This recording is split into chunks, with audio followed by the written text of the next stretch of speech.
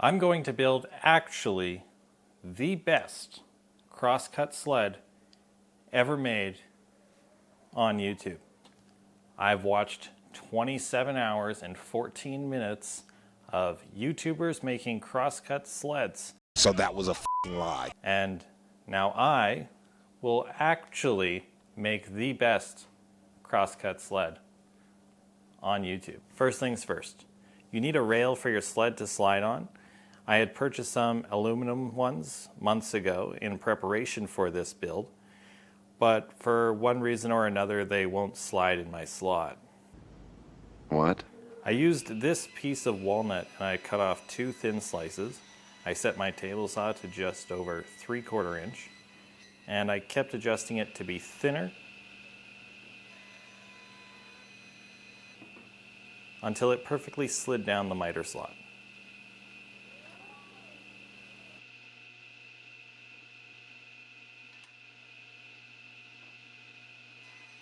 After I had that, I pre-drilled a bunch of holes, and now we got our miter bar.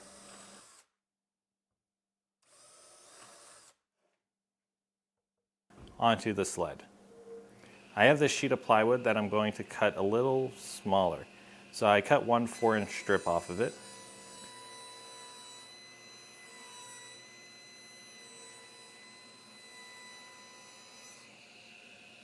I took this other piece of plywood and cut that into 3-inch strips, and then I cut my 4-inch strip to be a 3-inch strip as well. I gave those a sanding and clamped them together, pre-drilled holes. Using pocket hole screws, I fastened those 3 pieces together from both sides, and now I have my backboard. I gave it another quick sanding just to get rid of all the pre-drilled holes, markings. Now I have my piece of plywood. It's probably not perfectly square. Well, I cut it so 100% it's not perfectly square, but that doesn't actually matter. Okay, we're going to attach the bottom board to the rails. I don't have any CA glue, so I'm going to use double-sided tape. And this double-sided tape from X-Fasten works really well. If I trusted to hold down a template for a router, I'll trust it for this. I placed my nuts in the miter slot to raise my rod. What do you mean by that? And then I placed some double-sided tape on them. Instead of using my fence as a straight surface to reference, I'm going to use the chamfer on the cast iron table. I lined my plywood sheet up with that, and then I placed it down. I placed some pressure to get it nice and sticky, and then I pulled out of the slot, gently. I gently pulled out of the slot. Just slips out sometimes. I flipped it over, and using this mishmash of screws, I started attaching both bars. And then I decided for no reason whatsoever that I wanted only one bar, definitely not because the other bar wasn't straight enough to actually slide in the slot properly. And now I can flip it over and place our back fence. I lined it up straight and then clamped it as tight as I could on one side, and then using my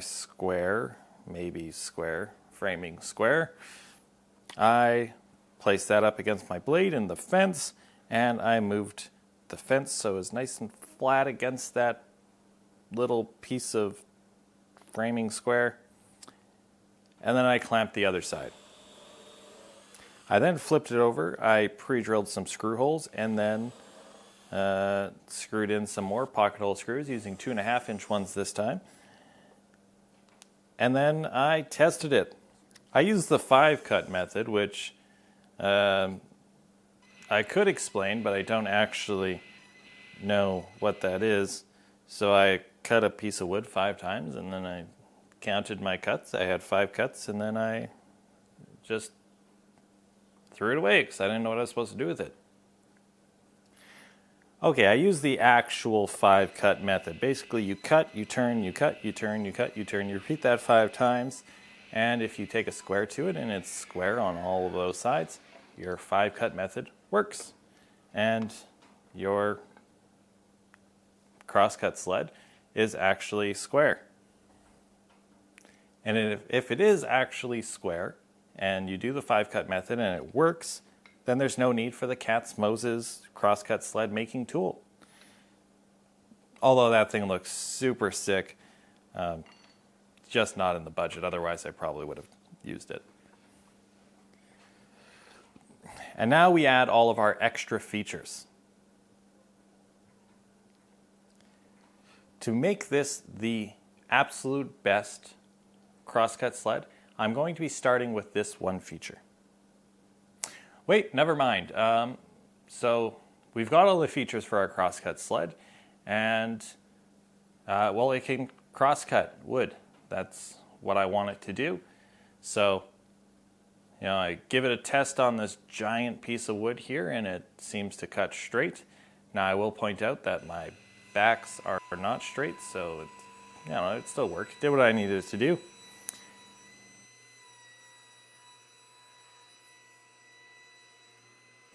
Okay, so we've done it. We've made the best crosscut sled on YouTube ever made. It's the best. It can crosscut. And that's it. That's all I need it to do, is crosscut. Super simple, super easy. It's the best there ever was. And thank you for watching. If you enjoyed this video, please subscribe. If you want to see more videos like this, where we build this ridiculously awesome things that, no one seems to be able to make, and you can follow along, you can make this. You can. If I can do it, anyone can do it. I have a problem, and I'm going to be doing some small shop upgrades, several videos tackling small parts of the big problem, mostly jigs that need to get made. And each video will be targeting a small part of the bigger problem that I have.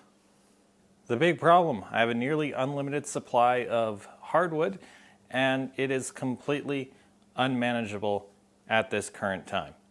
I do not have enough time to deal with all of the wood. Today's specific problem: I want to start mass producing end grain cutting boards. Part of this, I need nice straight slices, and I need a crosscut sled to do this efficiently. My miter gauge works great. It worked for this beautiful cutting board right here. And if you haven't seen that video, I highly recommend after this video you go and check it out. It's a very close to my heart video, and I think it's pretty good. So you should check that out afterwards. But to efficiently use my time, I am doing very large glue-ups. These are about 36 inches long and 15 inches wide. My miter gauge, I think this is a bit too much weight for it to handle, so I need a crosscut sled to slice this efficiently. I need a crosscut sled to slice this efficiently.